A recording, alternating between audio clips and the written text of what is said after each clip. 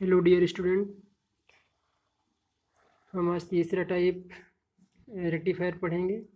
ये है full wave bridge rectifier. पहला हमने पढ़ा हाफ वेव ब्रिज रेक्टिफायर, इसके बाद हमने पढ़ा full wave centre tap rectifier. अब इसके बाद हम पढ़ेंगे फुल वेव ब्रिज रेक्टिफायर। ठीक है, तो फुल वेव दो प्रकार के रेक्टिफायर है यहाँ पर। एक तो full wave centre tap rectifier और एक है फुल वेव ब्रिज रेक्टिफायर।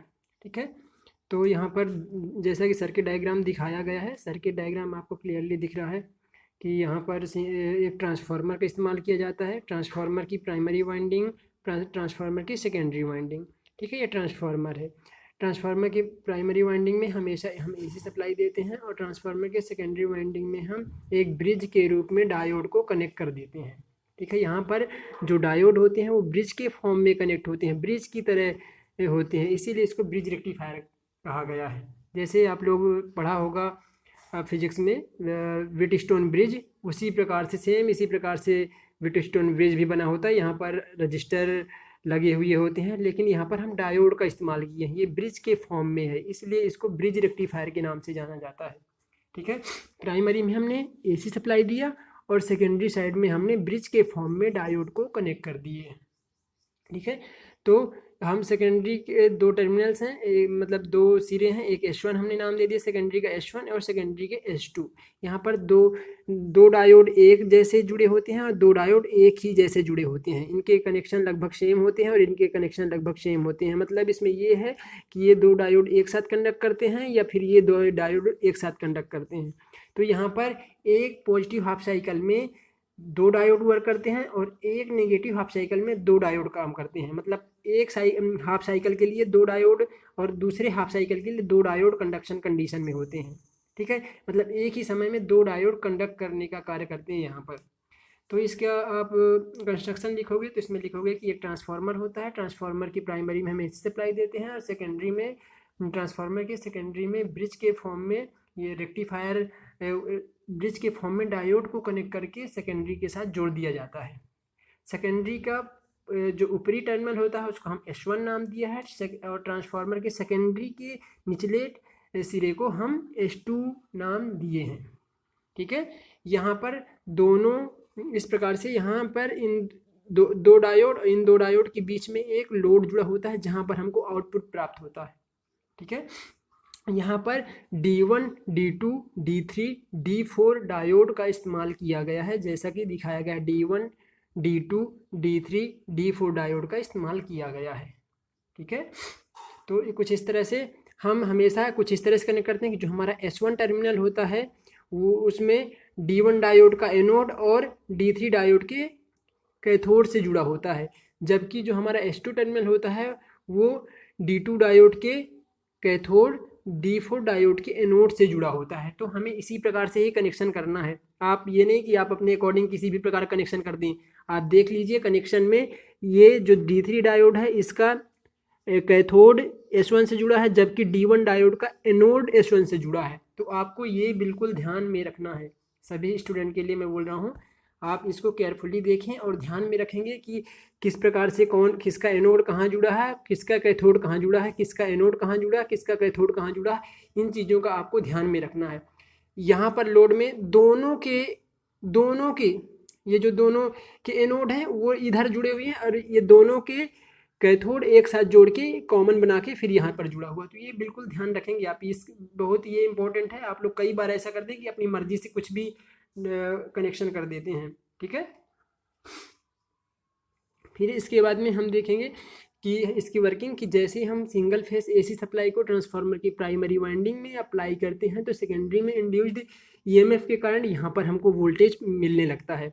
जैसे हम पॉजिटिव हाफ साइकिल को ट्रांसफार्मर में अप्लाई करते हैं तो यहाँ पर हमको पॉजिटिव हाफ साइकिल मिलता है, जिसके कारण S1 पॉजिटिव हो जाता है, धनात्मक हो जाता है, जबकि S2 S1 के सापेक्ष ऋणात्मक हो जाता है। इस कंडीशन में यहाँ पर पॉजिटिव और यहाँ पर नेगेटिव बन जाता है। जब पॉजिटिव हाफ साइकिल अप्लाई करते हैं तो ये पॉजिटिव और ये नेगेटिव बन जाता है।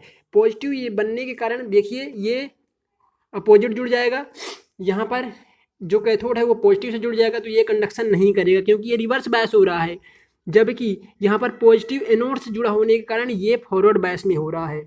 ठीक है। इसी प्रकार से हम देखेंगे कि इसका नेगेटिव एनोड से जुड़ रहा है, जबकि ऐसा कनेक्शन नहीं किया जाता डायोड में, तो ये भी रिवर्स बायस हो रहा है। जबकि यहाँ पर ये नेगेटिव है, नेगेटिव कैथोड से जुड़ रहा है, तो उस कंडीशन में ये भी फॉरवर्ड बायस हो रहा है।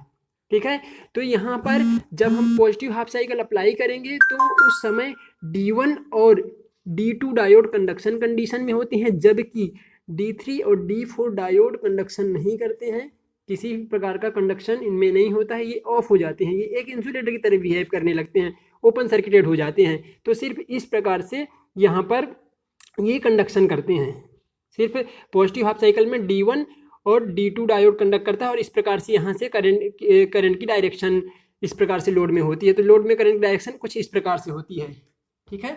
तो दोनों ही डायरेक्शन, दोनों ही कंडीशन में, चाहे कोई भी डायोड कंडक्ट करे, कोई भी दो डायोड कंडक्ट करे, लेकिन दोनों के लिए करंट की डायरेक्शन सेम ही होगी, जैसे कि दिखाई गई है। ठीक है। तो पहले पॉजिटिव हाफ साइकिल में ये फॉरवर्ड बायस में होता है और ये फॉरवर्ड बायस में होता है। क्यों होता है? क्योंकि ये नेगेटिव से जुड़ गया इसका कैथोड, और इसका एनोड पॉजिटिव से जुड़ गया, तो ये भी कंडक्शन करेगा और ये भी कंडक्शन। तो एक कंप्लीट साइकिल इसके माध्यम से बनेगी, ये कंप्लीट कनेक्शन बन जाएगा। ये यहाँ से यहाँ ये दोनों एक तरह से ओपन की तरह बिहेव करेंगे, ओपन सर्किट मतलब खुला परिपथ की तरह, क्योंकि ये बहुत ज़्यादा इंसुलेटर की तरह काम करने लगेंगे। यहाँ से कोई भी करंट फ्लो नहीं होगी, तो यहाँ से करंट फ्लो होते हुए ऐसे से ऐसे चली जाएगी। ठीक है। फिर कुछ समय पश्चात जब हम ये नेगेटिव हाफ साइकिल अप्लाई करते हैं, तो ये अधिक ऋणात्मक और ये अधिक धनात्मक हो जाता है। उस कारण से अब इस कंडीशन में ये रिवर्स बायस हो जाएगा और ये फॉरवर्ड बायस हो जाएगा। उसी प्रकार से यहाँ धनात्मक है तो ये फॉरवर्ड बायस हो जाएगा और ये रिवर्स बायस हो जाएगा। ठीक है। तो अब ये करंट की डायरेक्शन यहाँ से इसके द्वारा जाएगी। अब ये दोनों डायोड कंडक्ट नहीं करेंगे, तो जो बची हुई ऋणात्मक जो हाफ साइकिल है उसके अप्लाई होने पर ये डायोड D3 और D4 ही कंडक्ट करते हैं। ये डायोड जिनको मैं ढक लिया हूँ, जिसको मैं नहीं दिखा रहा हूँ, वो कंडक्ट नहीं करते, वो ओपन सर्किट की तरह बिहेव करते हैं। तो अब इसमें इस तरह से करंट की डायरेक्शन इस तरह से होगी। तो दोनों ही कंडीशन में, D1 D2 के कंडक्शन कंडीशन में एंड D3 D4 के कंडक्शन कंडीशन में, दोनों में लोड की डायरेक्शन सेम होती है। इस प्रकार से हमको यहाँ पर दिखाया गया है कि वेवफॉर्म जब पॉजिटिव हाफ साइकिल अप्लाई किए तो D1 और D3 कंडक्ट कर रहे हैं, उनके कारण आउटपुट मिल रहा है।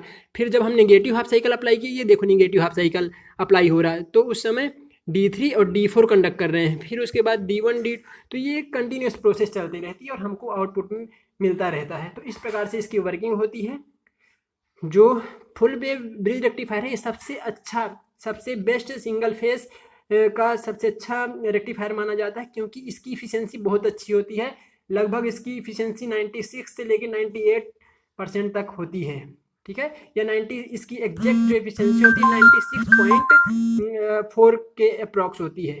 ठीक है। तो ये सबसे अच्छा माना जाता है। इसका इस्तेमाल इलेक्ट्रॉनिक सर्किट में किया जाता है। इससे प्राप्त होने वाली जो डीसी होती है वो बाकी की अपेक्षा कुछ शुद्ध होती है, मतलब इसमें कम मात्रा में रिपल पाया जाता है, कम मात्रा में एसी की अशुद्धि पाई जाती है, क्योंकि प्रत्येक साइकिल के लिए 2 डायोड काम कर रहे हैं। क्योंकि प्रत्येक साइकिल के लिए, प्रत्येक हाफ साइकिल के लिए 2 डायोड काम कर रहे हैं। प्रत्येक हाफ साइकिल के लिए दो डायोड, देखो प्रत्येक, ये हाफ साइकिल में 2 डायोड, फिर इस हाफ साइकिल में 2 डायोड, इसलिए इसमें रिपल की मात्रा कम होती है, एसी की अशुद्धि कम होती है। ठीक है। Thank you.